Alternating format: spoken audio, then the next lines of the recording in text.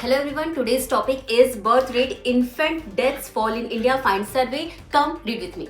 Today we will discuss an important demographic development highlighted in the sample registration system SRS 2024. This topic is important for UPSC because it is related to population studies, public health, demographic transition and regional disparities in development. According to the SRS Bulletin 2024, India has witnessed a significant decline in both the birth rate and the infant mortality rate IMR over the last decade. First, let us understand the important data. India's birth rate, which means the number of live births per 1000 population, has declined from 21 in 2014 to 18.3 in 2024. Similarly, the death rate has marginally declined from 6.7 to 6.4 per 1000 population during the same period. The most notable improvement has been seen in the infant mortality rate.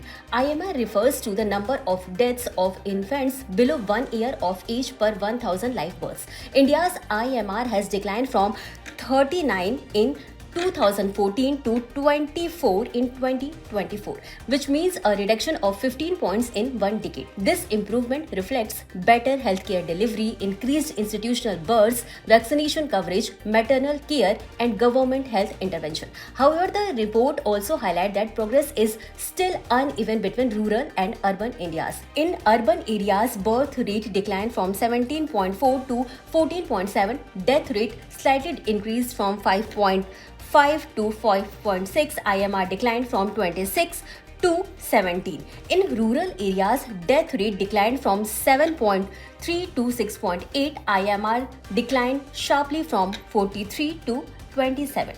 Despite improvement, rural India still performs worse than urban areas in healthcare indicators. This point towards challenges like inadequate healthcare infrastructure, lower awareness, and unequal access to medical facilities.